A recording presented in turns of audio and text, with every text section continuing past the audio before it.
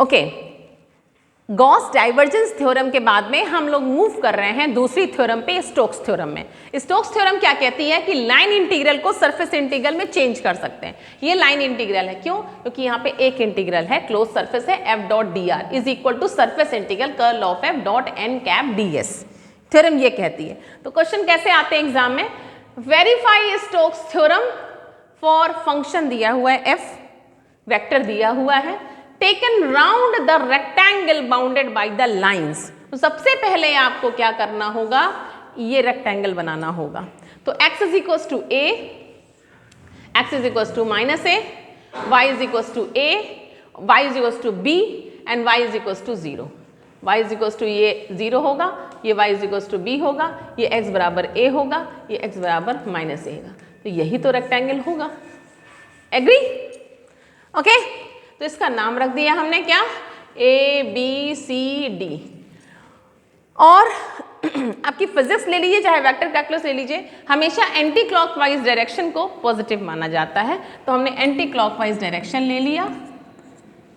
ठीक, तो अब देखिएगा, अब आपको एक थ्योरम लगानी है अगर, तो इसका आप कौन सा पार्ट वेरीफाई करनी है, सॉरी, तो आप इसका कौन सा पार्ट निकालोगे? पहले LHS और RHS निकालोगे, दोनों इक्वल आने चाहिए। तो पहले हम LHS पे फोकस कर रहे हैं। देखिएगा, सी एफ क्या है यहाँ पे?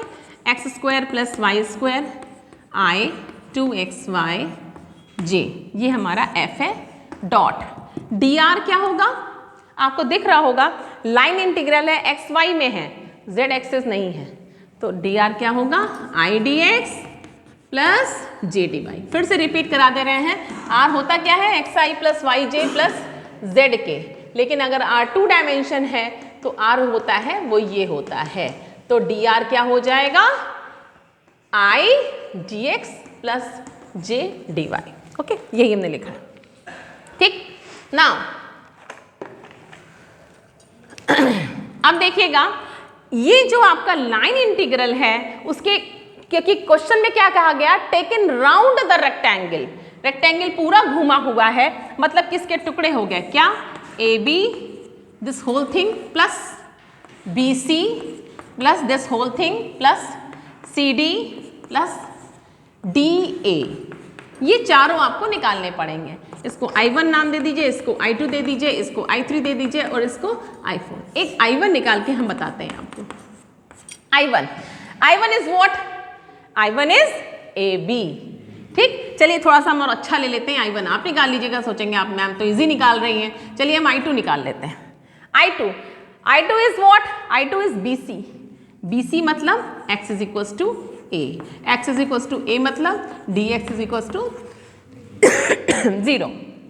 तो इस इक्वेशन में f डॉट ये वैल्यू है, इसमें जहां जहां x बराबर दिया हुआ है वहां वहां x को a लिख दीजिए और ds को 0 कर दीजिए। तो ये क्या हो जाएगा? I2 इज इक्वल टू, देखिएगा, x square means a square plus Y square. अब देखिएगा, ये लिख दिया आपने, ठीक, i माइनस x क्या है? a है, तो ये हो गया ay और j। ठीक, का डॉट प्रोडक्ट किससे? dx 0 हो गया, j से बचेगा। j से i का नहीं 0 हो जाएगा, j से j का 1 होगा। तो फाइनली क्या आ जाएगा? माइनस का 2ay dy। अब देखिए y की लिमिट लगेगी ओनली, y कहां से कहां तक है? y 0 टू BC में, देखिए I2 मीन्स क्या हुआ? BC में y कहां से कहां तक है? बोलिए अपने मन से। तो y 0 से b है, तो ये 0 से b लग गया। इंटीग्रेट कर लीजिए, माइनस 2a कांस्टेंट है, y स्क्वायर बाई 2 लिमिट लगा दी 0 टू b, तो ये क्या आ गया? 2 गया कट, माइनस का a b स्क्वायर। ऐसे ही आप I1 निकालिए, I3 निकालिए, I4 निकालिए। तो आपने 4 निकाल लिए होंगे, जैसे मैंने I2 निकाला है, 1 2 3 4, ये 4 आ रहा है। ठीक, I1 I2 I3 से, इसमें क्या हमारा माइनस a b स्क्वायर, ये हमारा I2 का है स्टार्टिंग। तो ये फाइनली आ रहा है हमारा माइनस का 4ab स्क्वायर। ओके, ये आ रहा होगा माइनस का 4ab स्क्वायर। अब इसकी वैल्यू